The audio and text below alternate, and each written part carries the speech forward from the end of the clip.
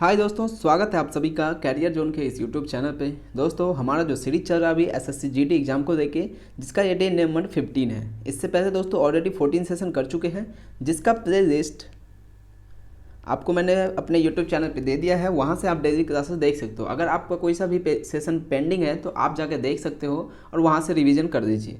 दोस्तों, इसमें हम टारगेट करेंगे एसएससी जीडी एग्जाम में जीके क्वेश्चन में 40 आउट ऑफ 40 मार्क्स का। कोशिश रहेगी हमारी 40 में से जितना ज़्यादा से ज़्यादा मैक्सिमम नंबर ऑफ क्वेश्चन को करने का, वो हम कोशिश करेंगे इस वीडियो में मैक्सिमम नंबर लाने के लिए। ठीक है, तो उम्मीद करूँगा दोस्तों अब तक आपने सभी सेशन को देखा होगा और आगे भी देखते रहेंगे, जिससे आपको हेल्प मिलेगी। और साथ ही बता दूँ, ये क्लासेस हमारी दोस्तों रात के 9 बजे चलती है। रात को 9 बजे हमारी जीके की क्लास होती है और 7 बजे में रीजनिंग की क्लासेस होती है। तो ये दोनों क्लासेस आपके लिए बेनिफिशियल होगा। साथ ही करंट अफेयर की बात रही दोस्तों, तो वो मैं अपने इंस्टाग्राम पेज पर देता हूँ, डेली मॉर्निंग में आपको मिल जाता होगा, तो आप वहाँ भी हमें फॉलो कर सकते हैं। और क्विज़ वगैरह के लिए हमारे टेलीग्राम से जुड़ सकते हैं, जिसका लिंक दोस्तों आपको हमारे डिस्क्रिप्शन में दिया गया है। आज से दोस्तों टेलीग्राम पर भी क्विज स्टार्ट हो गया है, तो टेलीग्राम चैनल को ज्वाइन कर दीजिए। डेली वहाँ पर भी 7 बजे के आसपास या 8 बजे जो भी होगा, वहाँ पर क्विज होता रहता है। आपको अपडेट कर दिया जाएगा किस टाइम पर क्विज होता है। तो उम्मीद करता हूँ ये सारी चीज़ें आप सभी को पता होगा। जितने भी हमारे एसएससी जीडी के टारगेट ग्रुप में जुड़े हुए हैं, वो सारे दबा के प्रैक्टिस कर रहे होंगे। जितना मैं दे रहा हूँ टारगेट में प्रैक्टिस करने के लिए, जीके पढ़ने के लिए, चाहे करंट अफेयर की बात हो, वो सारी चीज़ें मैं आपको दे रहा हूँ। वो सारी चीज़ें आपको पढ़ना है जो मैं टाइम पीरियड दे रहा हूँ उसके अंदर, जिससे कि आपका जो एग्ज़ाम होगा उससे पहले आपका जीके एंड करंट अफेयर वगैरह पोर्शन जो है सब कंप्लीट होगा। और रीजनिंग का मैं उससे पहले कंप्लीट करा दूंगा। साथ ही उसके बाद कंप्लीट होने के बाद में प्रीवियस ईयर क्वेश्चन की भी प्रैक्टिस करेंगे, साथ ही अभी भी दे रहे हैं बीच बीच में। तो उम्मीद करता हूं दोस्तों आप सब हमारे चैनल से जुड़ेंगे और आप सभी को हेल्प मिल रहा होगा। इसी तरह से टारगेट ग्रुप में जितने भी बच्चे हैं वो सभी के सभी यहाँ पे अवेलेबल होंगे और क्वेश्चन का आंसर करेंगे। आज दोस्तों अब तक हम जीके कर रहे थे और उसमें मिक्स करते थे साइंस का। आज की क्लास पूरा का पूरा किस पे है? साइंस पे है। पूरा क्लास है साइंस है और ये वन लाइनर के फॉर्म में होगा, ध्यान रखना। ज़्यादा एमसीक्यूज में नहीं होगा, ये वन लाइनर्स के फॉर्म में है। तो चलते हैं सीधे आज के क्वेश्चन को स्टार्ट करते हैं। और दोस्तों अगर आप चैनल पर नए हैं तो सब्सक्राइब कर दीजिए, साथ ही बेल आइकन भी प्रेस कर दीजिए ताकि वीडियो की नोटिफिकेशन आपको मिलती रहे। और टाइम याद रखना, 7 बजे दोस्तों रीजनिंग का, 9 बजे जीके जीएस का होता है। करंट अफेयर के लिए हमारे टेलीग्राम और इंस्टा पे डेली मिलता है, वहाँ पर आप ज्वाइन कर सकते हैं। क्वेश्चन को स्टार्ट करते हैं। देखो अभी जो हम क्वेश्चन करेंगे ना, ये मेनली एसएससी फिर एनटीपीसी जो भी हो उसका प्रीवियस ईयर का ही क्वेश्चन है। याद रखना, जो क्वेश्चन डिस्कस कर रहा हूँ वो प्रीवियस ईयर आस्क क्वेश्चन है। सब कुछ प्रीवियस ईयर पूछा गया है, वही क्वेश्चन डिस्कस करते हैं। तो पहला प्रश्न है दोस्तों, रॉबर्ट हुक ने किसकी खोज की थी? रॉबर्ट हुक ने किसकी खोज की थी? तो रॉबर्ट हुक ने दोस्तों मृत कोशिका की खोज की थी। मृत कोशिका की खोज किसने की थी? रॉबर्ट हुक ने की थी। ये देखो एसएससी के सभी एग्जाम में पूछे गए हैं, जीडी में भी पूछा गया था लास्ट ईयर। वही बात करें अगर स्टेनो वगैरह में भी पूछा गया था, सीआईएसएफ में भी पूछा गया था, और जितने भी एनटीपीसी है, ग्रुप डी है, सभी एग्जाम में लगभग ये पूछा गया, क्योंकि ये इतने इंपॉर्टेंट क्वेश्चन है। हर एग्जाम में पूछा जाता है। जो भी एग्जाम का चलेगा ना पीरियड, जैसे कि मान के चलो अभी सीजीएल का आने वाला है 1 से लेके 13 तक है, इसमें भी किसी ना किसी शिफ्ट में पूछ ही जाएगा। 90% चांस है कि पूछेगा। तो जो इंपॉर्टेंट क्वेश्चन है वही क्वेश्चन डिस्कस करेंगे, जो कि जीडी के लिए इंपॉर्टेंट होगा। और ये सारे के सारे जो कर रहा हूँ वो प्रीवियसली आस्क्ड क्वेश्चन है, यानी कि इससे पहले कई एग्जाम में पूछा गया है, मोस्ट रिपीटेड क्वेश्चन है। नेक्स्ट है, पानी की अस्थायी कठोरता दूर करने के लिए इसमें क्या मिलाते हैं? पानी की अस्थायी कठोरता को दूर करने के लिए इसमें क्या मिलाते हैं? सोडा लाइम सही आंसर इसका हो जाएगा। पानी की जो अस्थायी कठोरता होती है उसको दूर करने के लिए इसमें किसको मिलाते हैं? सोडा लाइम को मिलाते हैं। सोडा लाइम इसका सही आंसर होगा। तीसरा प्रश्न है, गेहूं का वैज्ञानिक नाम क्या है? गेहूं का वैज्ञानिक नाम क्या है? ट्रिटिकम एस्टिवम इसका करेक्ट आंसर होगा। गेहूं का वैज्ञानिक नाम क्या है? ट्रिटिकम एस्टिवम सही आंसर होगा। गेहूं का वैज्ञानिक नाम यानी कि साइंटिफिक नाम है ट्रिटिकम एस्टिवम। चौथा प्रश्न है, राइबोसोम किसका संश्लेषण करता है? राइबोसोम किसका संश्लेषण करता है? प्रोटीन का करता है। दोस्तों राइबोसोम प्रोटीन का संश्लेषण करता है। पांचवा प्रश्न है, तारों का टिमटिमाना किस प्रकाशीय घटना के कारण होता है? कई बार ये क्वेश्चन पूछा गया है, याद रखना, वेरी वेरी इंपॉर्टेंट लगा रहा हूँ कि तारों का टिमटिमाना किस प्रकाशीय घटना के कारण होता है।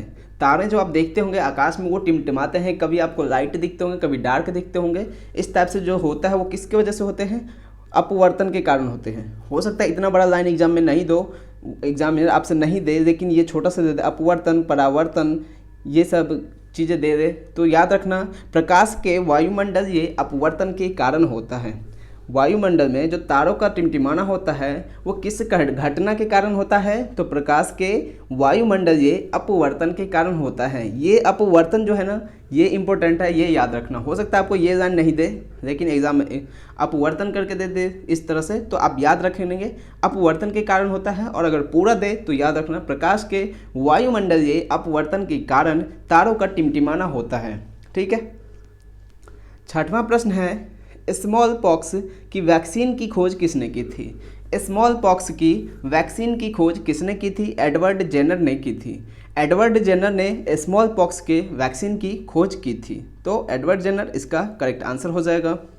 आवर्त सारणी किसने दी थी? आवर्त सारणी किसने दी थी? मेंडलीफ ने। मेंडलीफ ने दोस्तों आवर्त सारणी को दिया था, काफ़ी बार एग्जाम में पूछा गया है, मोस्ट इंपॉर्टेंट क्वेश्चन है। किडनी की किस इकाई के द्वारा रक्त को छाना जाता है? किडनी की किस इकाई के द्वारा रक्त को छाना जाता है, यानी कि फिल्टर किया जाता है, कह सकते हैं आप। सही आंसर होगा नेफ्रॉन या फिर ब्रिक्कानु। नेफ्रॉन या ब्रिक्कानु इसका सही आंसर होगा। किडनी की किस इकाई द्वारा? तो नेफ्रॉन के द्वारा जो है रक्त को छाना जाता है, तो ये इसका सही आंसर हो जाएगा। 9वां प्रश्न है जीभ में स्वाद रिसेप्टर्स को क्या कहा जाता है? जीभ में स्वाद रिसेप्टर्स को क्या कहा जाता है? स्वाद कलिकाएं कहा जाता है। जीभ के जो स्वाद रिसेप्टर्स होते हैं जिससे हमें पता चलता है कि इसका टेस्ट कैसा है, मीठा है, खारा है, नमकीन है, जो भी तरह का होता है, जो भी हमें स्वाद का पता चलता है वो किसकी वजह से? स्वाद कलिकाएं की वजह से पता चलता है। तो जीभ में स्वाद रिसेप्टर्स को क्या कहा जाता है? स्वाद कलिकाएं कहा जाता है। गुब्बारों में दोस्तों कौन सी गैस भरी जाती है? तो गुब्बारों में हीलियम गैस भरी जाती है। आप सभी ने देखा होगा कई बार कि गुब्बारे होते हैं कुछ कहीं पे जो ऐसे इवेंट वगैरह होता है, वहाँ पे गुब्बारे को जब फुला के छोड़ दिया जाता है तो वो आकाश में जो चला जाता है ऑटोमेटिकली। वो किस वजह से होता है? वो हीलियम की वजह से होता है, क्योंकि उसमें हीलियम गैस को भरा जाता है। हीलियम का शॉर्ट फॉर्म क्या होता है? He होता है। ठीक है, तो इसका क्या रिप्रेजेंट करते हैं हीलियम को? He से। तो ये भी आपसे ऑप्शन में He करके भी दे देगा, He they they, Na they they, K दे दे, कुछ भी दे सकता है। तो याद रखना गुब्बारों में He भरा जाता है, सही आंसर होगा हीलियम। 11वां है कि निकट दृष्टि दोष को क्या कहा जाता है?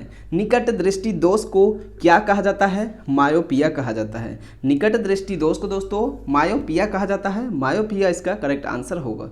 दोस्तों वन लाइनर्स के फॉर्म में है तो ज़्यादा टाइम नहीं लूँगा आपको, कम टाइम में ज़्यादा क्वेश्चन होगा, इस वजह से ज़्यादा डिटेल में एक्सप्लेन भी नहीं कर रहा हूँ, कोशिश कर रहा हूँ कम से कम टाइम में ज़्यादा से ज़्यादा क्वेश्चन देने का। विद्युत धारा की SI मात्रा क्या होती है? एम्पियर होती है। ये पूछा गया था, अभी ग्रुप डी में भी पूछा गया था, एनालिसिस में मैंने देखा था, और NTPC में भी पूछा गया था, तो मोस्ट प्रोबेबली कि GD में भी पूछे। विद्युत धारा की SI यूनिट क्या होती है? एम्पियर होती है। वोल्ट मीटर किसको मापने का उपकरण है? वोल्ट मीटर से क्या मापा जाता है, ये आपसे पूछना चाह रहा है। तो विभवांतर को किससे मापा जाता है? वोल्ट मीटर से। विभवांतर को किससे मापा जाता है? वोल्ट मीटर से मापा जाता है। तो इसका आंसर वोल्ट मीटर हो जाएगा। फलों का स्वाद किस शर्करा के कारण मीठा होता है? आप कह सकते हैं फल जो है वो मीठा होता है, वो किस वजह से होता है? फल मीठा किस वजह से होता है? तो फ्रैक्टोस है। ये क्रैक्टोस नहीं है, फ्रैक्टोस है। लिखने में टाइपिंग में थोड़ा सा मिस्टेक है, फ्रैक्टोस इसका सही आंसर होगा। फलों का जो स्वाद है, या फिर आप कह सकते हैं फलों का जो मीठापन होता है, शर्करा किसके कारण होता है? फ्रक्टोस होता है। इसका सही आंसर हो जाएगा।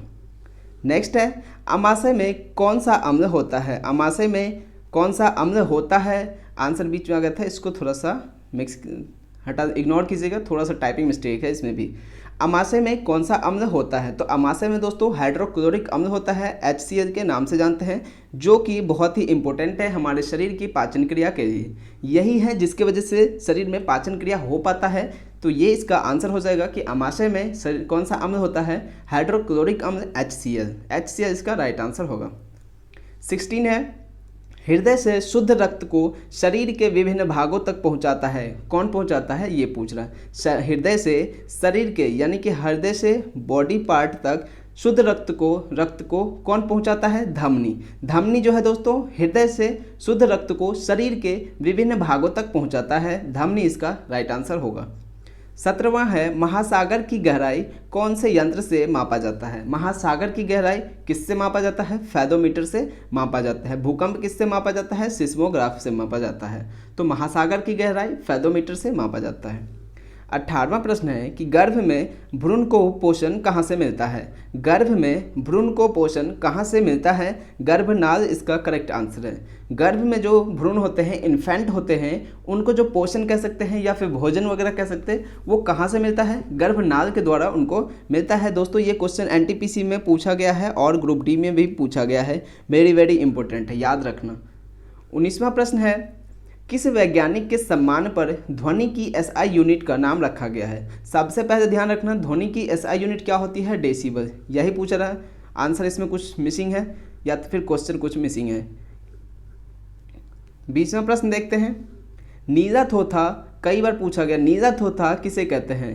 नीला थोथा के रूप में किसे जानते हैं या फिर कह सकते हैं इसका रासायनिक नाम क्या है या अन्य नाम क्या है? तो कॉपर सल्फेट। नीला थोथा को दोस्तों कॉपर सल्फेट भी कहा जाता है। तो इसका आंसर हो जाएगा नीला थोथा को कॉपर सल्फेट के रूप में भी जाना जाता है। तो दोस्तों उम्मीद करता हूँ आज की क्लास को हम यही खत्म करते हैं। मिलेंगे कल के वीडियो में। अगर वीडियो अच्छा लगा तो लाइक कर देना, अपने दोस्तों से शेयर करना, और अगर चैनल पर नए हो तो सब्सक्राइब कर दो। मिलेंगे कल के वीडियो में, तब तक के लिए बाय बाय, टेक।